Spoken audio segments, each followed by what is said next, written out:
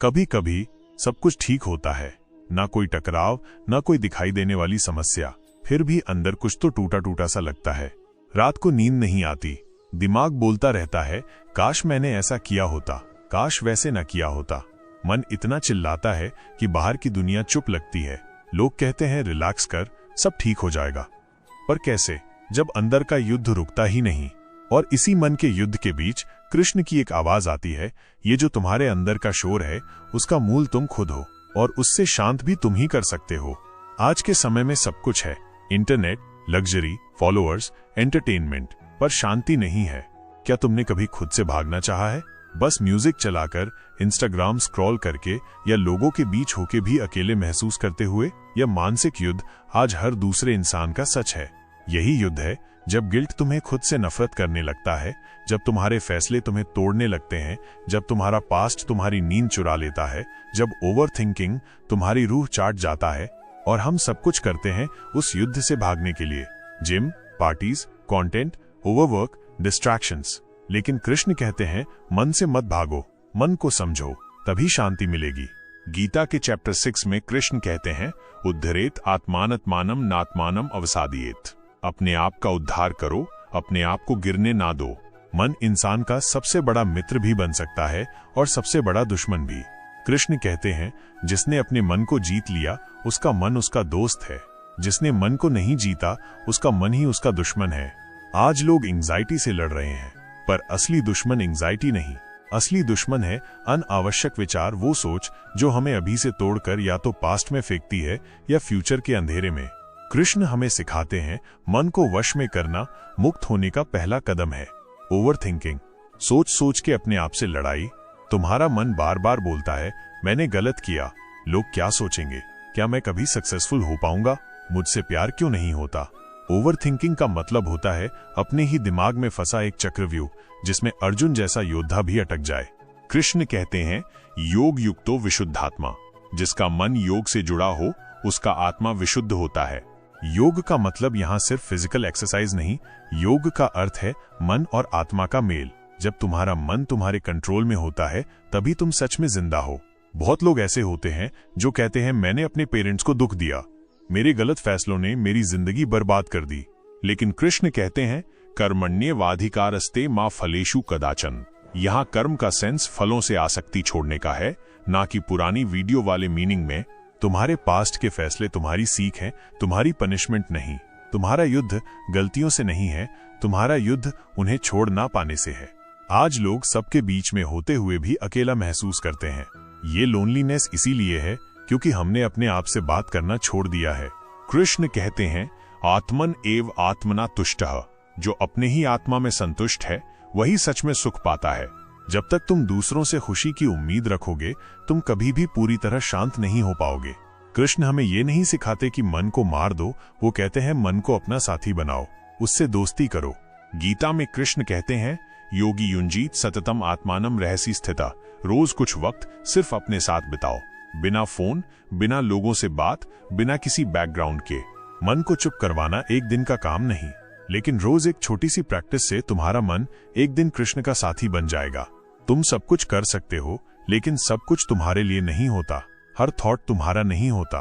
कृष्ण कहते हैं बुद्धि योगम ददामी तम, मैं उसे बुद्धि देता हूँ जो मुझ में एकाग्र होता है। ये बुद्धि ही विवेक है जो तुम्हें बताता है कि किस थॉट को पकड़ना है और किस थॉट को जाने देना है। समत्वम योग उच्यते, हर हाल में एक जैसा रहना यह ही योग है। तुम्हारा मन तभी जीतेगा जब तुम खुशी और गम दोनों में एक जैसे बनोगे।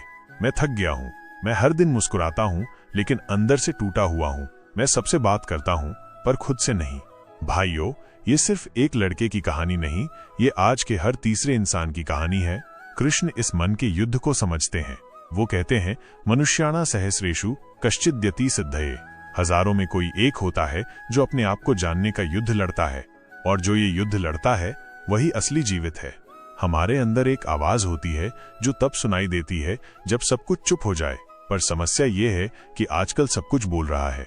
फोन बोल रहा है, न्यूज बोल रही है, लोग बोल रहे हैं, पर अपनी अंतरात्मा चुप है। क्या तुमने कभी खुद से ये पूछा है मैं कौन हूँ, मैं क्या चाहता हूँ, मैं किससे भाग रहा हूँ?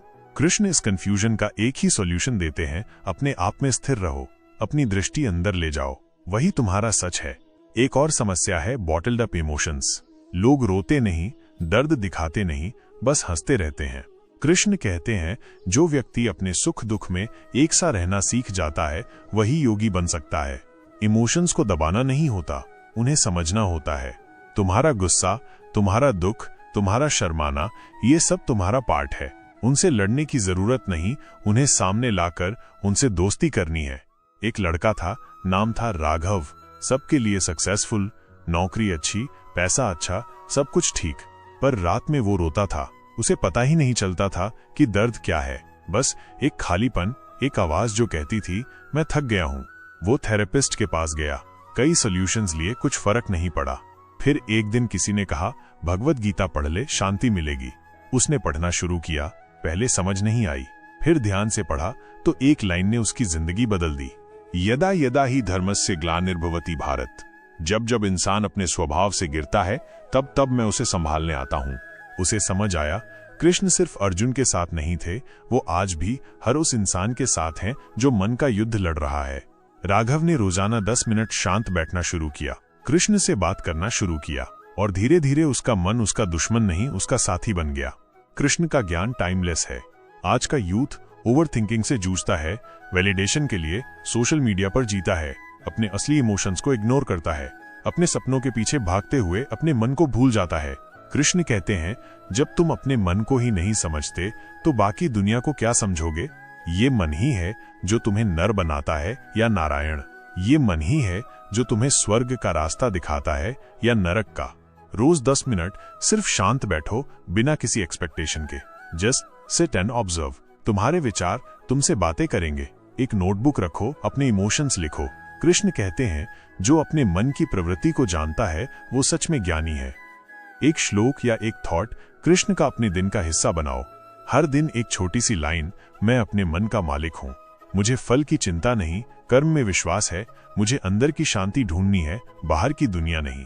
जब कुछ समझ ना आए बस इतना सोचो, अगर कृष्ण मेरे साथ होते तो मुझे क्या बोलते। जब तुम कृष्ण की बातों में मन लगाते हो तब तुम्हारे अंदर का युद्ध शांत होने लगता है। कृष्ण कहते हैं मैं तुम्हारा सर्वस्व हूं, तुम मुझ में विश्वास रखो, मैं तुम्हें बंधन से मुक्त करूंगा। और भाई, जब कृष्ण के साथ मन का मिलन हो जाए तब ना ओवर थिंकिंग रहती है, ना गिल्ट, ना लोनलीनेस। तब रह जाता है एक ज्ञान कि जिंदगी में शांति बाहर से नहीं, अपने मन के जीतने से मिलती है। अगर तुम भी अपने मन के युद्ध से लड़ रहे हो तो इस वीडियो को एक डांट समझो, एक दोस्ती समझो, एक कृष्ण की आवाज समझो। हिडन टॉक्स वही जगह है जहां कृष्ण तुमसे बात करते हैं, तुम्हारे मन के माध्यम से। सब्सक्राइब करो, शेयर करो और याद रखो, तुम्हारे अंदर एक अर्जुन है और कृष्ण हमेशा उसके साथ है। जय श्री कृष्णा।